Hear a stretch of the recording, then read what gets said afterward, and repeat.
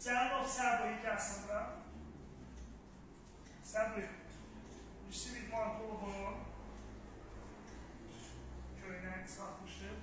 Geynəyi gəlsin.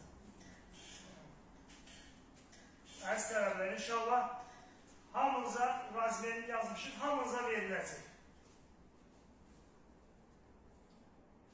Tarçın Axış da sağ olsun.